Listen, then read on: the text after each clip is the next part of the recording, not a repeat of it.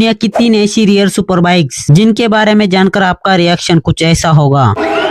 Number 3 पे आती है मेमन मार्कस लिमिटेड एडिशन, जिसकी कीमत लगभग 94 करोड़ है और इस बाइक की पूरी दुनिया में मात्र 45 यूनिट ही मौजूद है। नंबर 2 पे आते हैं कावासाकी निंजा H2R, जिसकी कीमत लगभग 90 लाख से भी ज्यादा है और इस बाइक के यूनिट पूरी दुनिया में मात्र 120 ही है। नंबर 1 पे आती है डुकाटी सुपर लेग्रा V4, जिसकी प्राइस लगभग 80 लाख से भी ज्यादा है और इस बाइक के मात्र 500 यूनिट ही पूरी दुनिया में मौजूद है। ऐसे ही नए नए वीडियो देखने के लिए हमारे चैनल को सब्सक्राइब करें।